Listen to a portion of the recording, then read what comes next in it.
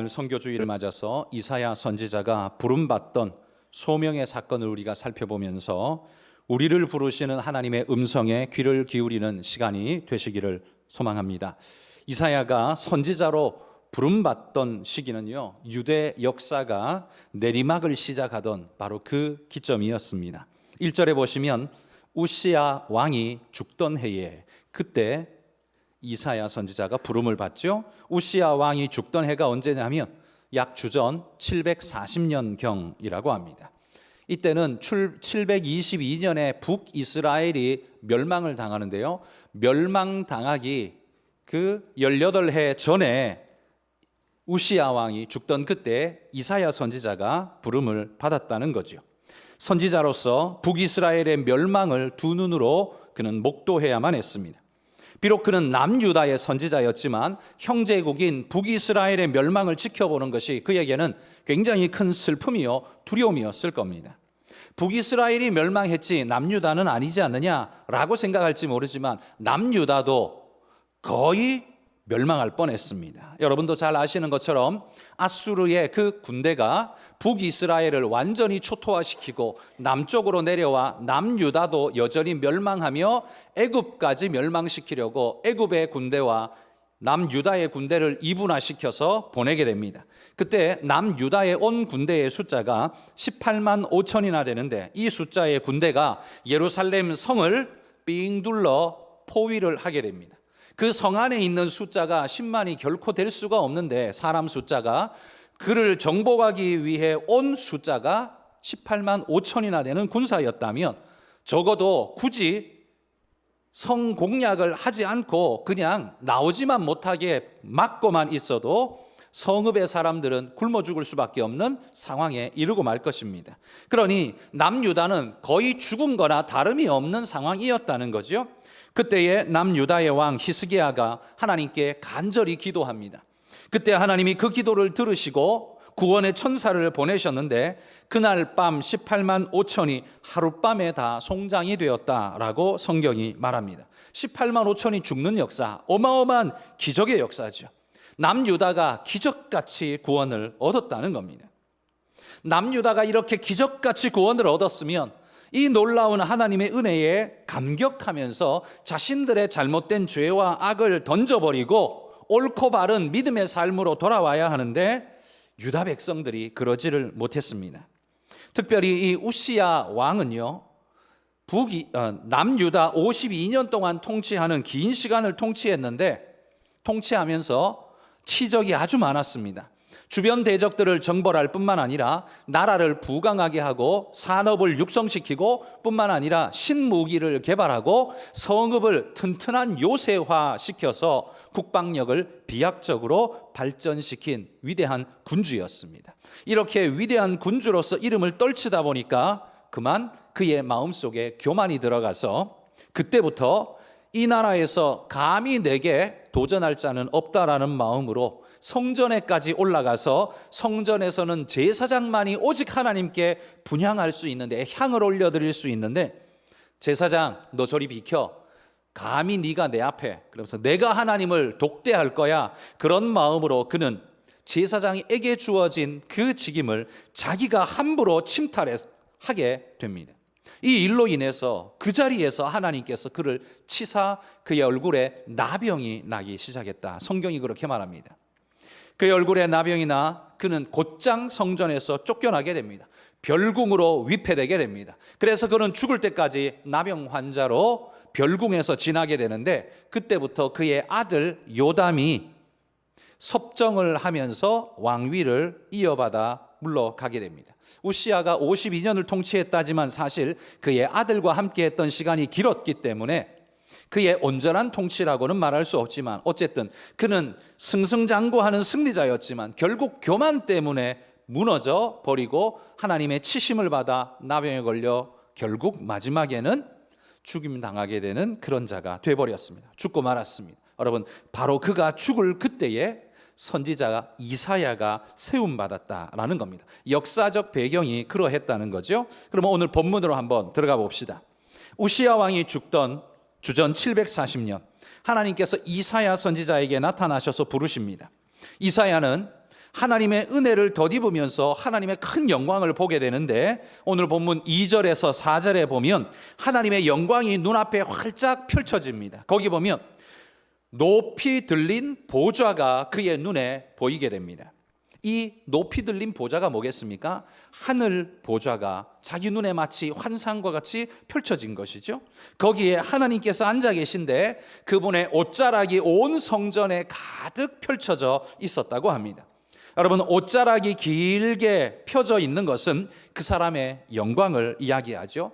그래서 고대의 왕들은 옷을 길게 늘어뜨려서 자신의 영광의 무궁함을 자랑했었습니다. 여기 하나님의 옷자락이 성전을 가득 채웠다는 건 하나님의 영광의 무궁함을 나타내고 있는 것이죠. 그렇게 하나님이 옷자락을 늘어뜨려 보좌에 앉아 계신데 그 주변에 스랍들이 모셔섰다라고 말합니다. 여기 스랍이라는 단어는 히브리어입니다. 히브리어로 이 단어는 세라프라는 단어인데, 세라프, 그 말 그대로를 그냥 한국말로 가지고 온 것이 스랍입니다. 마치 버스가 영어인데 우리도 그냥 버스라고 가지고 온 것처럼 이 세라프라는 단어를 그냥 가지고 와서 스랍이라고 부르는 겁니다. 이게 천사의 이름이에요. 천사인데 이 천사는 여기 이사야서에만 유일하게 그 이름이 등장합니다. 근데 이 스랍의 단어 뜻이 뭐냐 하면 불타는 자, 빛을 발하는 자, 이런 뜻이 있다고 합니다. 그러니까 불타는 자, 빛을 발하는 자, 이게 뭘까요? 하나님의 그 영광을 받아서 반사하며 그 빛이 찬란히 빛나는 은혜의 천사들, 그들을 가리켜서 스랍이라 불렀던 것 같습니다. 근데 이 천사들이 주님 옆에서 찬양을 올려드립니다. 하나님을 찬양하는데 그 주제가 거룩과 영광에 대한 노래를 하고 있습니다. 하나님의 거룩하심은 독보적인 하나님만의 특징이죠.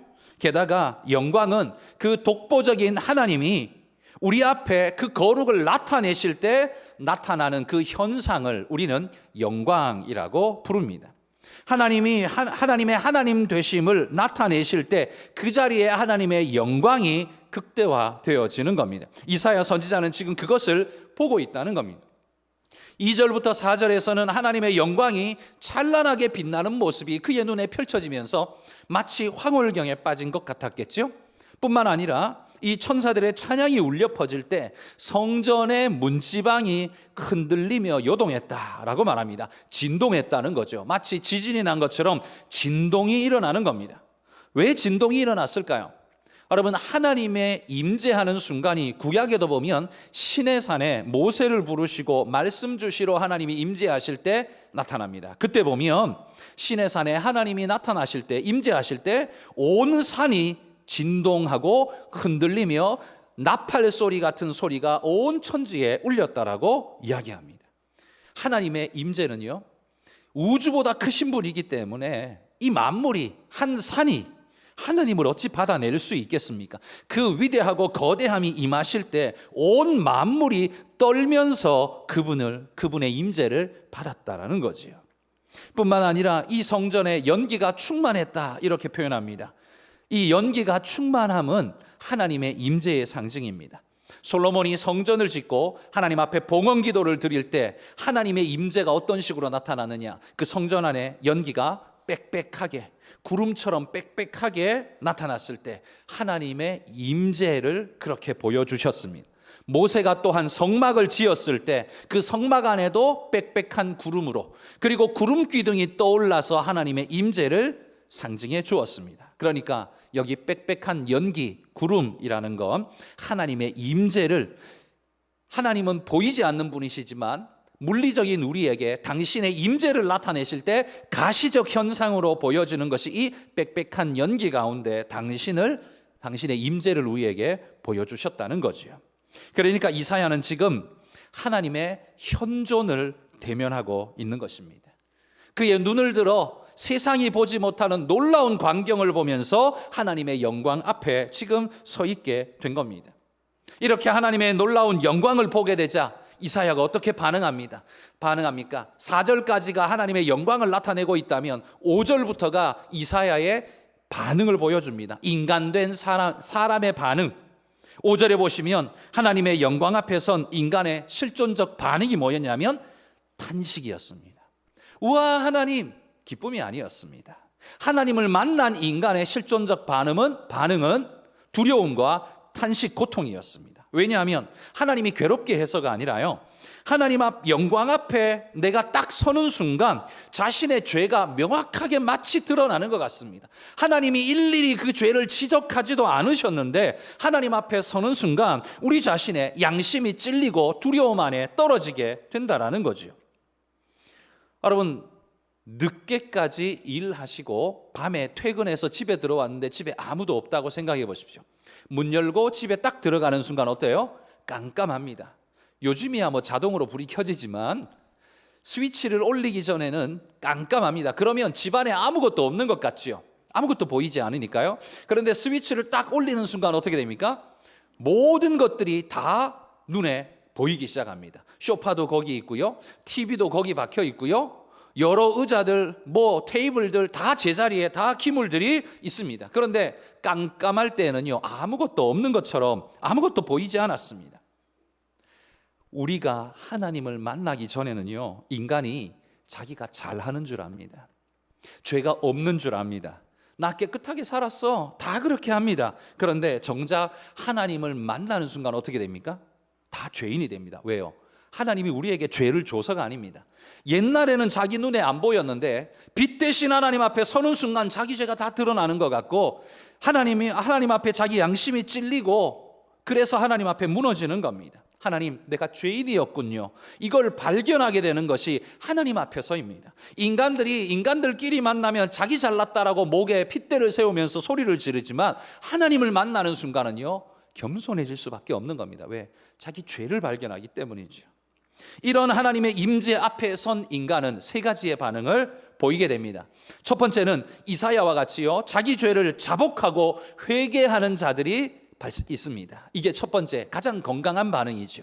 두 번째는요, 그 하나님을 적대적으로 거부하면서 대적하는 자가 있습니다.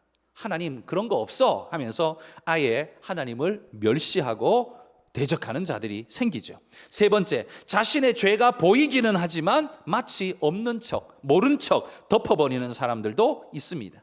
하나님 앞에 선 인생들의 세 가지 반응, 아마 여기 계신 우리 모든 성도님들은 하나님 앞에 죄를 자복하고 회개하기 때문에 여기 와 계신 줄 믿습니다. 가장 건강한 하나님 앞에서의 반응이죠. 여러분, 사람들이 하나님을 부담스러워하고 싫어하는 이유가 뭘까요? 그건 사실 하나님 때문이 아닙니다.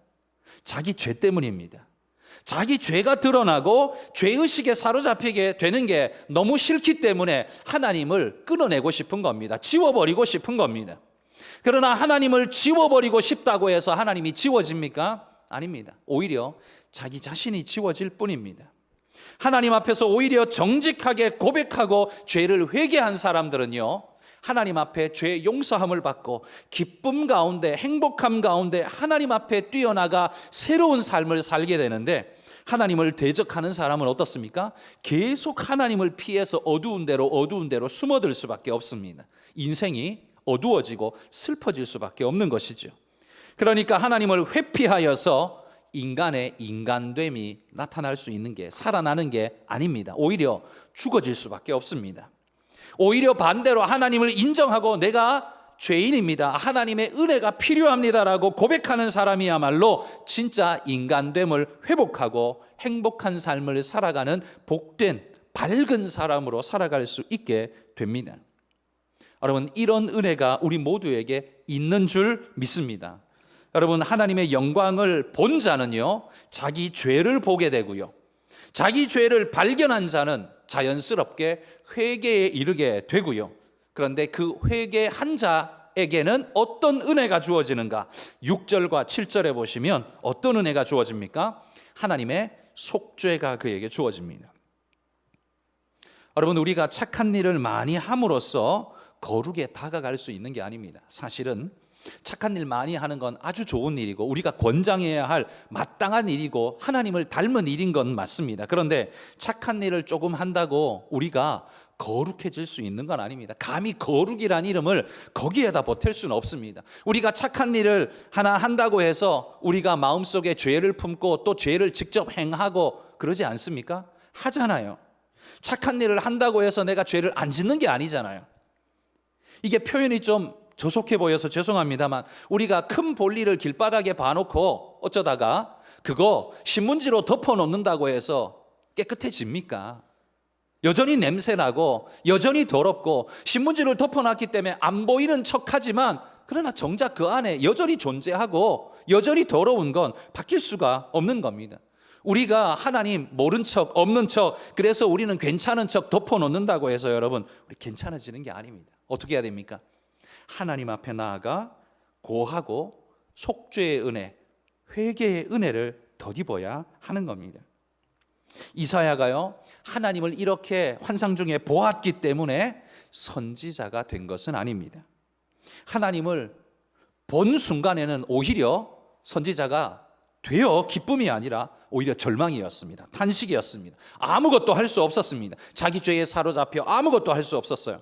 그런데 하나님께서 천사를 보내셔서 제단에 숯불을 집어다가 날아와서 이사야의 입술에 되시면서 말하기를 이것이 너의 입에 되었으니 네가 이제 정결하게 되고 깨끗하게 되었다라고 속죄의 축복을 그에게 확증시켜 주셨습니다.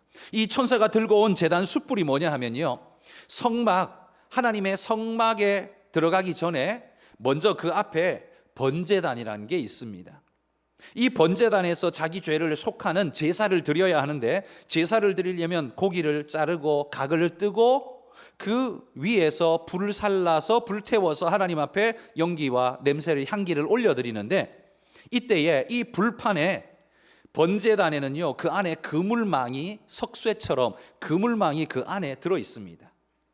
그물망이 안에 들어 있어서 그 위에 이 제물 고기를 얹고 그 밑에는 나무가 있어서 이 나무에 불을 붙여서 이 고기가 타도록 그렇게 해서 번제단을 드립니다. 그런데 이 하나님의 번제단의 특징은요 부싯돌로 불을 켜가지고 그 번제단에 불을 붙이지 않습니다.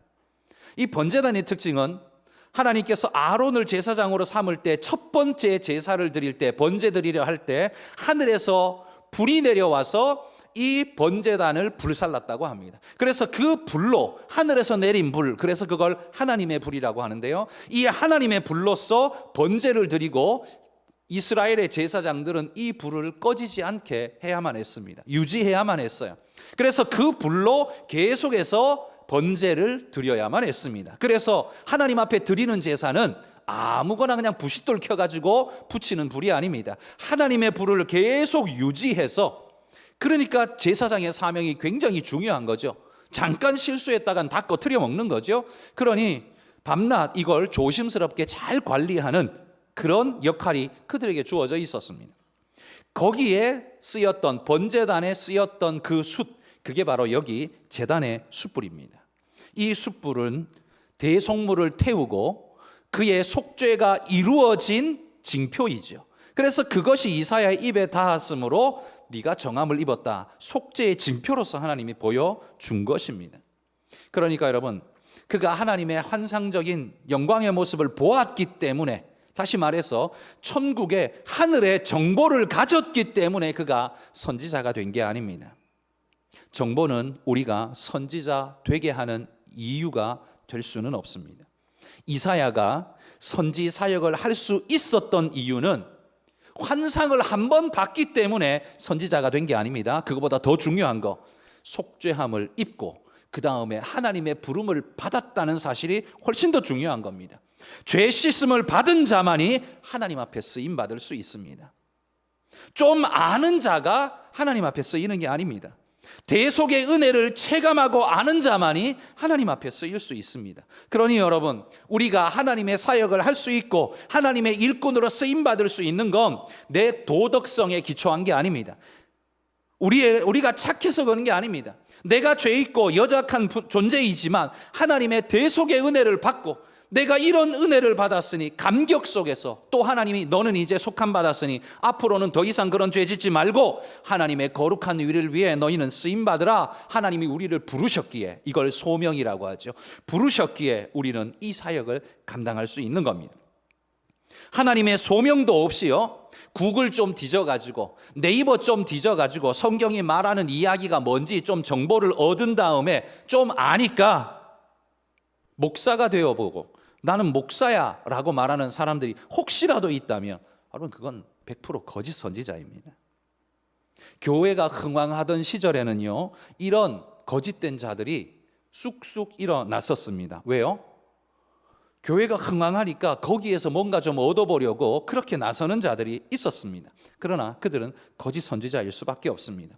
게다가 거짓 선지자의 특징은 참 선지자보다 말을 더 잘해요. 왜? 그들은 말빨로 먹고 살아야 되니까 말을 또 더 잘해요. 그러니까 성도들이 속기가 또 좋아요. 그렇지만 여러분, 정보를 조금 가지고 있다고 목사가 되고 정보를 조금 가지고 있다고 선지자가 되는 게 아닙니다. 그게 아니에요. 성경은 하나님의 정케하심, 속죄의 은혜 없이 하나님의 부름이 주어지진 않습니다. 보십시오. 이사야, 오늘 본문 말씀을 한번 역순으로 한번 올라가 보십시오. 이사야가 하나님의 부름을 받는데 그 전에 뭐가 있었어요?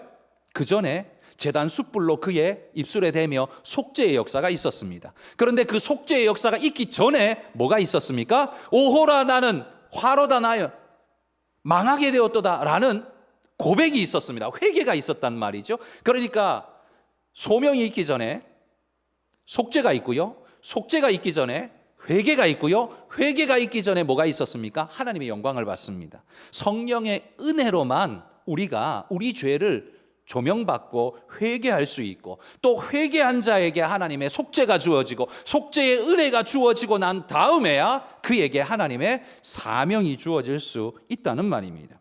그거 없으면 어떻게 해요? 정보만 가지고서 잘난 체 하면서 거짓 선지자가 될 수 있다는 말이에요.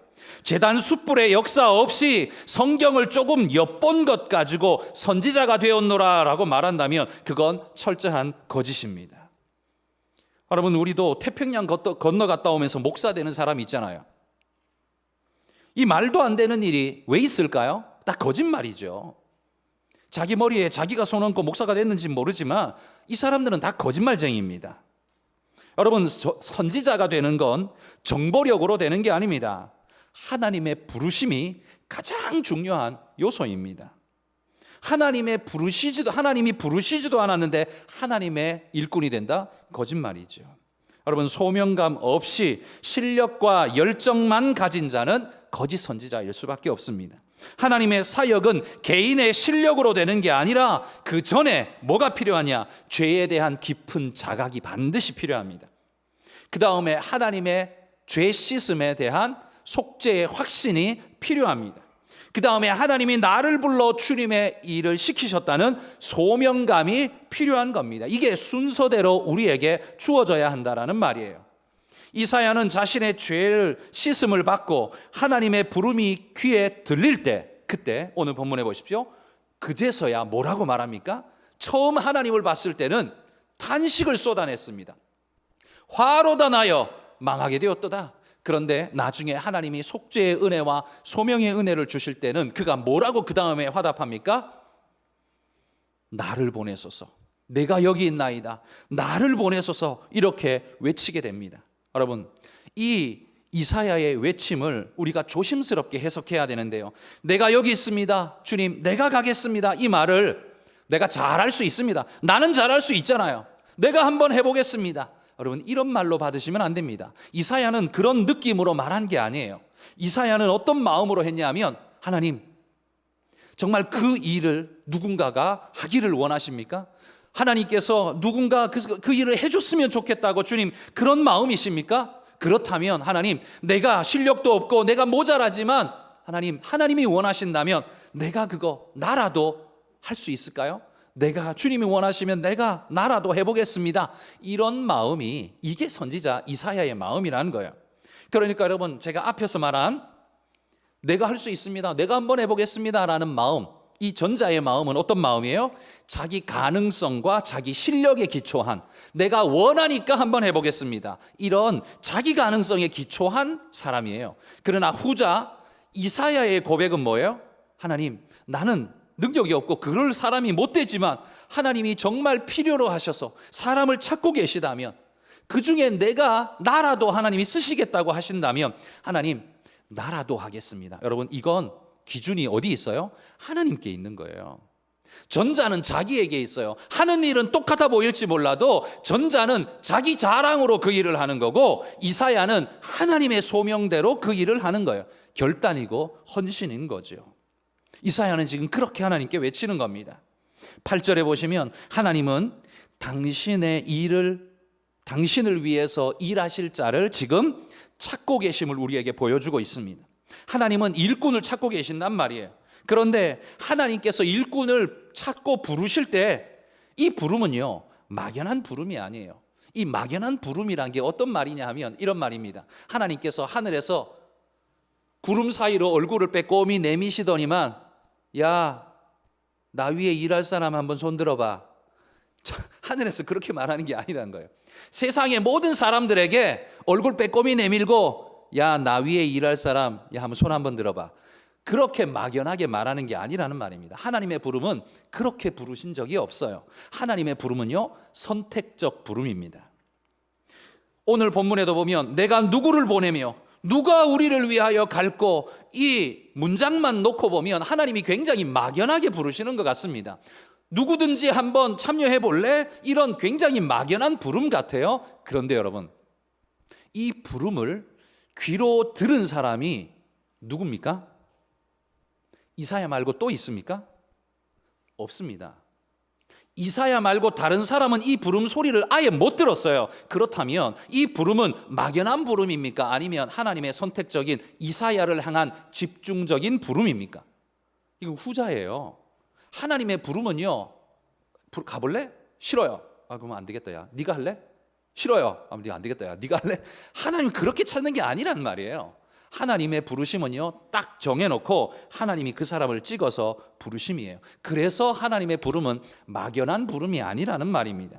하나님은 당신이 보내실 자를 정해두시고 부르시되 우리의 동의, 헌신, 우리 스스로의 자발적인 참여를 하나님이 우리에게 촉구하고 계신다는 겁니다. 기계처럼, 로봇처럼 그렇게 시키시는 게 아니라 우리 마음에 독려하시되 우리를 불러내시되 우리 스스로가 하나님께 참여하도록 우리를 불러내고 계신다는 거예요. 여러분의 마음에 설교 듣다가 혹은 성경 보다가 여러분 마음속에 어떤 도전이 하나님의 음성으로 들리시거든, 그건요, 딴 사람한테 한 말이 아니에요. 여러분에게 한 말이에요. 딴 사람에게 한 말이 아닙니다. 여러분, 같은 설교를 들어도요, 어떤 사람은 결단하는데 어떤 사람은 자요. 똑같은 설교를 듣는데 어떤 사람은 눈물을 흘리고 듣는데 어떤 사람은 콧방귀를 껴요. 뭡니까? 역사가 다르다는 겁니다. 같이 듣는다고 같은 걸 듣는 게 아니에요. 하나님이 역사하시는, 하나님이 부르시는 사람 따로따로 있다는 말이에요. 근데 우리는 모르죠. 하나님이 부르고 계세요. 하나님의 부름은 막연한 산탄총이 아닙니다. 하나님은 정조준하시고 우리를 부르고 계십니다. 그러니 여러분이 설교 듣다가 말씀 보다가 신앙생활 하다가 마음속에 도전이 들면 하나님의 부름인 줄 알고 반응하실 수 있기를 소망합니다. 하나님, 하나님 쓰임받기 원하십니까? 하나님, 내가 이 헌신 하시기를 원합니까? 그러면 내가 좀 힘들지만, 내가 좀 어려울 수 있지만 그래도 내가 하겠습니다. 여러분, 이게 바로 신앙인의 올바른 자세인 줄 믿습니다. 우리 모두가 그러할 수 있기를 축복합니다. 그런데 여러분, 이 하나님의 부름 앞에 이사야가 어떻게 반응했습니까? 이사야는 이렇게 말했습니다. 내가 여기 있나이다, 나를 보내소서, 이렇게 외치고 있습니다. 이사야는요, 자신이 자격이 충분하기 때문에 자기 불러달라고, 나밖에 없다고 말하는 게 아닙니다. 그게 하나님의 소원이시라면, 하나님, 내가 즐거이 주님 헌신하겠습니다. 나라도 쓰시겠다면 하나님, 내가 쓰임 받겠습니다. 지금 이사야의 말은 바로 그것입니다. 그러니까 이사야의 고백은 한마디로 헌신인 것이죠. 그의 반응은 교만이 아니라 겸손인 것입니다. 그러니 여러분, 이러한 자세야말로 종의 자세라는 사실을 기억하기 바랍니다. 하나님이 쓰시기 원하십니까? 나는 모자라고, 나는 아니고, 나는 정말 볼품없는데 하나님이 나를 쓰시겠다고 한다면 하나님, 나를 드리겠습니다. 여러분, 이게 바로 종의 자세란 말이에요. 여러분, 주인이 부르시면 내 상황에 상관없이 거기에 반응하는 자, 그게 종이어야 합니다. 종이 밥 먹는다고 주인이 부르면 나 밥 먹고 있으니까 나중에 봐요, 이렇게 말하는 종이 있습니까? 그런 종은 없습니다. 그건 종이 아닌 거죠. 종이 TV 보고 있다고 주인이 부르시면 나 지금 쉬고 있으니까 나중에 봐요 라고 그건 종이 아니죠. 그건 종의 자세가 아닌 거예요. 주인이 부르면요, 종은 밥 먹다가도 쫓아나가고 TV 보며 쉬다가도 쫓아나가는 게 그게 종의 자세입니다. 이사야가 지금 그렇게 하나님께 반응하고 있다는 거죠. 게다가 이사야 선지자는요, 앞장 이사야서 5장에서 유다와 이스라엘 백성의 죄악을 보고 마음이 많이 상처받아 있습니다. 하나님, 이 백성이 이렇게 죄악됩니다. 이거 어떡합니까? 그런 답답한 마음으로 지금 울부짖고 있는 상태였습니다. 그 상태에 하나님이 그를 환상 가운데 부르신 거예요. 그러면 도대체 그 상태가 어떤 상태냐? 몇 구절만 봅시다. 5장 18절입니다. 한번 같이 자막 읽어봅시다. 거짓으로 끈을 삼아 죄악을 끌며 술의 줄로 함같이 죄악을 끄는 자는 화 있을진저. 여기 말, 거짓으로 끈을 삼아, 녹끈을 마는 걸 한번 생각해 보십시오. 근데 그게 볏짚이나 이런 게 아니라요, 거짓이라는 재료를 비벼가지고 녹끈을 만들어서 그걸 수레에 걸어서 수레를 끌고 간다고 합니다. 그 수레는 뭘까요? 이 수레는 유다를 의미하고 이스라엘을 의미하겠죠. 그러니까 거짓으로 유다와 이스라엘을 붙잡아가지고 마음대로 끌고 다니는, 거짓으로 끌고 다니는 존재들, 그들이 누굽니까? 죄악된 자들이라는 거예요. 그게 지금 유다의 상태라는 거예요. 죄악에 끌려다니며 거짓에 끌려다니며 허튼 짓 하고 있는 상태, 안타깝죠. 20절입니다. 또 읽어봅시다. 악을 선하다 하며 선을 악하다 하며 흑암으로 광명을 삼으며 광명으로 흑암을 삼으며 쓴 것으로 단 것을 삼으며 단 것으로 쓴 것을 삼는 자들은 화 있을진저. 여러분, 악한 것을 선하다고 말하는, 지금 우리나라 사회가 여기 비스무리하게 막 닮아가고 있죠.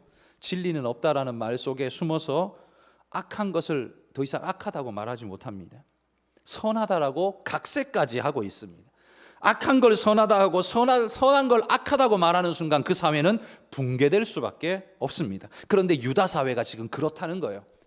가치 기준이 완전히 혼잡되어져서 질서가 깨어지고 무너진 상태. 21절입니다. 또 읽어봅시다. 스스로 지혜롭다 하며 스스로 명철하다 하는 자들은 화 있을진저. 명철하지도 않으면서 스스로 지혜 있다 하는, 악한 것을 선하다 말하고 선한 것을 악하다고 말하면서 자기는 똑똑하고 선하니까 착하니까 명철하니까 낫다라고 말하는 이런 거짓된 자들이 득실득실한 상태, 이게 그 유다의 상태였다는 말이에요.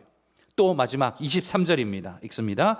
그들은 뇌물로 말미암아 악인을 의롭다 하고 의인에게서 그 공의를 빼앗는도다. 뇌물을 먹인 다음에 악인을 의롭다고 판결해버리고 의인에게 벌을 내리고, 여러분, 이 얼마나 끔찍한 일입니까? 이런 사회는 소망이 없습니다. 이런 사람 반드시 멸망하게 되어 있습니다. 그런데 이게 유대 사회였다라는 말입니다. 그걸 보고 있는 이사야의 마음이 지금 불이 타는 겁니다. 이사야의 마음은요, 이 백성의 죄악으로 인해서 지금 심히 고통받고 있습니다.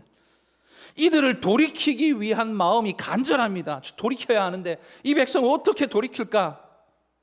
그런데 주님이 지금 그런 일할 사람을 찾고 있다는 거예요. 그러니 어떻게 해요? 하나님, 그렇다면 내가 하겠습니다 라고 지금 반응하고 있는 거예요. 하나님이 원하신다면 이거 정말 힘들겠지만, 이거 어떤 수치가 내게 주어질지 모르지만, 어떤 손해가 내게 올지 모르지만 그래도 내가 하겠습니다 하나님. 이런 소망, 열망을 가지고, 하나님과 같은 열망을 가지고 지금 뛰어들고 있는 거죠. 이게 바로 사역자의 자세인 겁니다. 지금 이사야는 두 가지의 마음을 가지고 있습니다. 하나는 종의 자세, 시키시면 뭐든 하겠습니다 라는 종의 자세와, 또 하나는 사역자의 자세, 하나님과 같은 시선으로 같은 방향으로 하나님의 역사를 꿈꾸고 있는 그 자세, 이게 바로 이사야의 모습이었다는 거예요. 그러니 여러분, 이런 사람 만나면 하나님이 얼마나 기쁘실까요? 이런 사람 통해서는 정말 많은 일 하실 것 같아요. 그런데 놀랍게도요, 오늘 본문 9절과 10절에 보면 하나님의 대답은 정말 뜻밖의 말씀을 하십니다. 10절 앞부분에 이렇게 말해요. 이 백성의 마음을 둔하게 하며 그들의 귀가 막히고 그들의 눈이 감기게 하라. 이사야 선지자대로 일을 시키셨는데요, 무슨 일을 시켜요? 귀가 막히고 눈이 막히게 감기게 하라는 거예요. 못 보게 하고 못 듣게 하라. 굉장히 이상한 말씀을 하셨습니다. 하나님, 이 죄악된 백성이 제대로 보고 깨달아야 하지 않습니까? 제대로 듣고 깨달아야 하지 않습니까? 그런데 어떻게 보지 못하게, 듣지 못하게 만들라는 겁니까? 이게 굉장히 이상한 하나님의 명령으로 들려집니다. 근데 여러분, 이거 이상하게 생각하실 필요는 없습니다. 하나님께서 그들을 어둠에 가두시려고 하는 게 아니라요, 이건 교육적 시간이 필요하기 때문에 하나님께서 지금 이렇게 말씀하는 겁니다. 그들로 하여금 때가 되매 교육의 연단장으로, 그 단련장으로 그들을 보내어서 교육시키겠다라는 게 하나님의 뜻이었기 때문에 이사야에게 지금 이런 명령을 하고 있는 겁니다. 이 이사야보다 한 세기 뒤에 예레미야라는 선지자가 오는데요, 이 예레미야 선지자가 뭐라고 예언했냐면, 바벨론에 우리는 포로로 끌려가게 될 거다. 바벨론에게 우리는 멸망할 거다. 그러나 70년이 지나면 하나님께서 우리를 회복시켜서 다시 돌아오게 할 거다. 바벨론의 포로로 끌려가는 게 하나님이 우리를 싫어서 하신 게 아니라 우리의 죄악이 너무나 관영하기 때문에 하나님이 우리를 교육시키시려고 70년 훈련의 기간으로 하나님이 우리를 70년 몰아넣으실 거다. 그러니 너희는 그 바벨론의 어떤 것들을 받아들여라 라고 예레미야가 말하고 있는 거예요. 이 흉악하고 패역한 이스라엘이 70년의 재련의 시간을 거쳐야만 정결케 되고 교육될 거라는 걸 아셨기 때문입니다. 만약에 그 70년 없이요, 이렇게 패역한 자들에게 그냥 바로 구원시켜줘 버리면 어떻게 될까요? 육신은 구원 얻지만 그들의 영혼은 여전히 삐뚤어져 있고 여전히 죄악을 행하고 여전히 잘못하면서도 잘하는 줄 알고 계속 죄를 짓게 될 겁니다. 그건 잘된 구원이 아니죠. 하나님은 그런 구원을 원하시지 않죠. 육체는 구원 얻지만 영혼은 멸망의 길을 가니까요. 그래서 하나님이 그들의 영혼까지도 재련하게 하기 위해, 깨끗게 성결하게 만들기 위해 힘들지만 70년 동안 훈련의 시간을, 수술의 시간을 하나님께서 정해 두신 겁니다. 그래서 하나님이 지금 9절 10절에 말하고 있는 이 말씀이 거절 같아 보이고 굉장히 이상한 말씀처럼 보이지만 그게 아니라 교육의 시간으로 들어가고 난 다음에 내가 그들을 꺼낼 것이다 라는 하나님의 뜻을 지금 전하고 있는 겁니다. 그런데 이런 말씀을 들으니까 이사야의 입장에서는 어때요? 괴롭죠. 하나님, 그래도 그거 말고 바로 이런 마음이 들겠죠. 그래서 이사야가 11절에 보면 하나님께 이렇게 외칩니다. 주여, 어느 때까지니까? 이 의미가 뭡니까? 언제까지 그래야 합니까? 라는 외침이죠. 안타깝지만 이사야는 그래도 이해하고 있습니다. 받아들이고 있습니다. 그러자 하나님이 12절에 이렇게 대답합니다. 이 땅 가운데 황폐한 곳이 많을 때까지다. 이렇게 말합니다. 황폐한 곳이 많을 때까지. 이게 무슨 말일까요? 그러니까 하나님께 이스라엘이요, 유다가 살짝 맞는 게 아니라 제대로 맞을 거라는 겁니다. 황폐는 언제 옵니까? 고대 사회에 적군들이 침투해 들어와서 그 땅을 싹 쓸어버릴 때, 사람은 죽이고 물질은 빼앗아가고 가축도 사로잡아가고 그러나 집도 불태우고 밭도 불태워버리고 싹 쓸어버린 상태. 그들이 싹 쓸고 나면 마치 메뚜기가 지나간 것처럼 아무것도 남지 않는 상태, 그게 바로 황폐한 상태입니다. 그러니 이 땅 가운데 황폐한 곳이 조금 있는 게 아니라 많을 때까지라고 말합니다. 그러니까 이 땅이 온전히 멸망당하게 될 거라는 겁니다. 바벨론이 와서 너희를 싹 쓸어버리는 아픔을 겪게 될 거라는 겁니다. 고통이죠. 예레미야가 이 바벨론의 공격을 그냥 받아들여라 라고 말하잖아요. 굉장히 매국노 같은 이야기지만 하나님의 뜻이 사실 거기 있었던 거죠. 하나님은 지금 황폐와 멸망을 이야기하지만 사실은 멸망을 주려고 하는 게 아닙니다. 한번 까부르고 나야 알곡들을 모아서 추수할 수 있기 때문에 하나님께서 지금 다음을 준비하고 계신 거죠. 2보 전진을 위한 1보 후퇴를 지금 말씀하고 있는 겁니다. 그래서 13절에 보십시오. 이게 하나님의 뜻입니다. 밤나무와 상수리 나무가 다 배임을 당하여도 그 그루터기는 남는 것 같이 거룩한 씨가 이 땅에 그루터기가 되리라. 이렇게 말합니다. 나무가 배임을 당하고 그루터기는 남지만 이것처럼 이 땅이 황폐해지고 마치 다 벌목되어져 버린 것처럼, 잘려나가는 것처럼 보일지 모르지만 그루터기가 남는 것처럼 거룩한 씨앗들이 남아서 이 땅을 다시 회복시킬 것이다. 구원의 약속을 하고 있는 거죠. 하나님의 이 말씀처럼요, 바벨론의 포로로 끌려갔던 그들이 하나님을 소망하는 자들이 돌아옵니다. 다 돌아온 게 아니에요. 일부만, 몇만 명만 돌아왔어요. 수십만 명이 끌려갔는데요, 몇만만 돌아왔어요, 소수가. 그래서 그들이 하나님의 말씀대로 다시 한번 이스라엘을 일으켜 세워서 이스라엘이라는 나라가 세워지게 되고요, 바로 그들이 거룩한 씨라고 할 수 있죠. 뿐만 아니라 진짜 거룩한 씨는 뭐냐 하면 그들 중에 예수 그리스도가 나게 하셔서 생명의 구원 역사가 일어나도록 하나님이 만드셨습니다.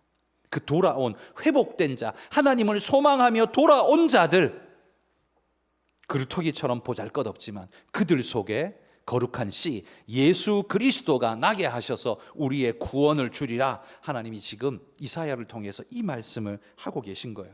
그러니 여러분, 이러한 놀라운 은혜의 역사를 바라보며 이사야의 가슴이 얼마나 뜨거웠을까요?